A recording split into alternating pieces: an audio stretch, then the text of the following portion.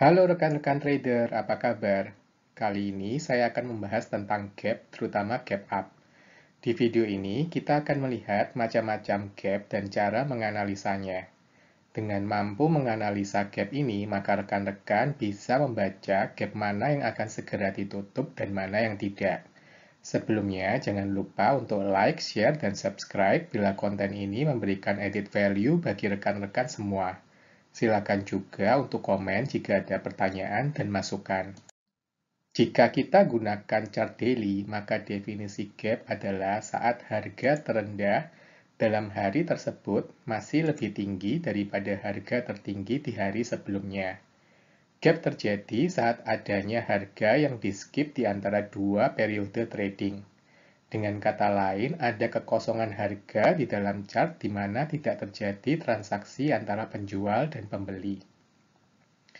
Gap up terjadi saat buyer lebih agresif. Sebaliknya, gap down terjadi saat seller lebih dominan. Umumnya, gap terjadi karena sentimen berita di luar jam trading atau bandar secara sengaja membuat gap untuk melewati area penting seperti area support dan resisten. Hal ini akan kita bahas lebih detail lagi setelah ini. Ada pula gap yang terjadi karena ex-dividend. Untuk gap down seperti dividen ini, rekan-rekan bisa cek video link ini.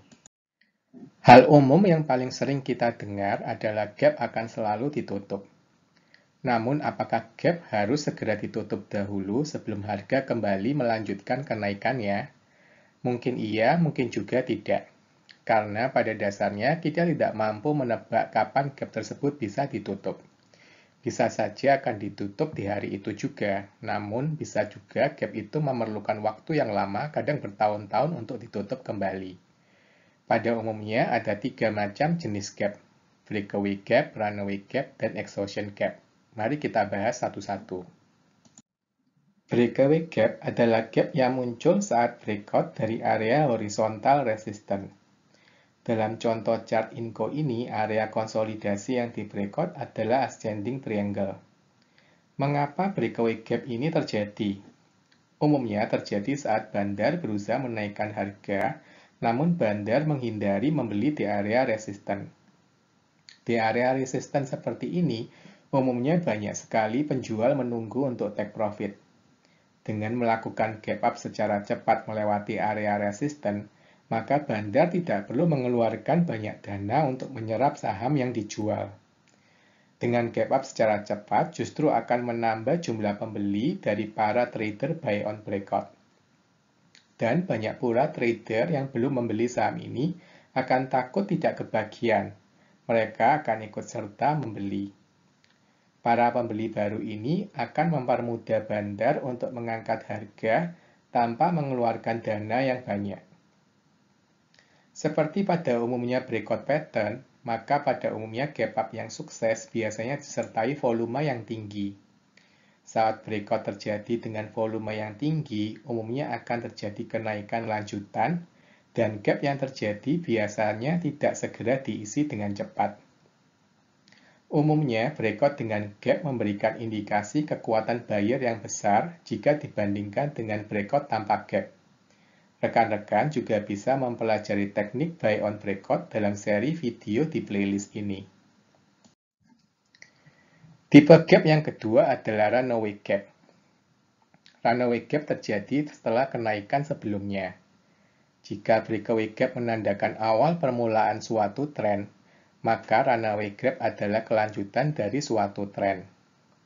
Kenaikan yang cepat dengan gap up umumnya untuk menghindari banyak trader ikut serta membeli. Banyak trader akan takut membeli karena merasa harga sudah naik terlalu tinggi. Umumnya para trader akan menunggu terjadinya pullback untuk membeli di harga yang lebih murah. Namun harga kembali naik dengan gap up mengakibatkan banyak trader hanya bisa menonton saham ini naik. Jika breakaway gap menandakan awal permulaan suatu tren dan runaway gap adalah kelanjutan dari suatu tren, maka exhaustion gap menandakan akhir dari suatu tren. Umumnya exhaustion gap terjadi di dekat area resisten atau support.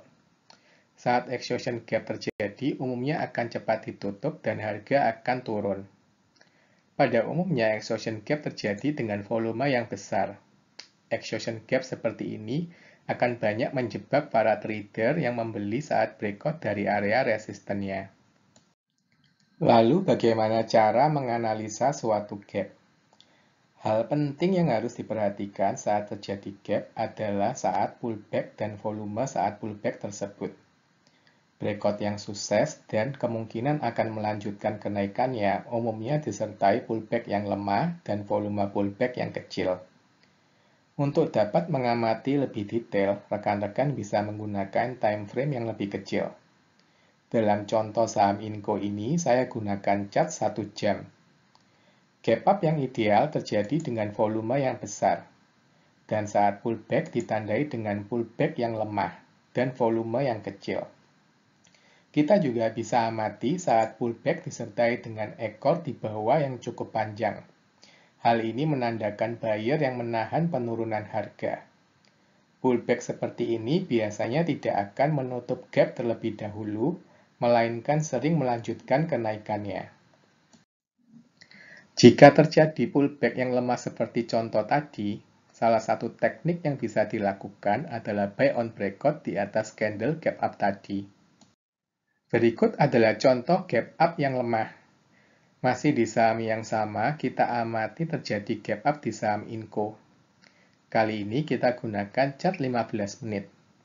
Kita amati saat pullback terjadi sangat kuat. Hal ini ditunjukkan dengan candle yang cukup besar dan volume yang relatif tinggi. Umumnya, gap up seperti ini akan segera mengisi gap yang ditinggalkan tadi. Nah, demikian rekan-rekan trader video tentang gap up ini. Semoga berguna bagi rekan-rekan semua.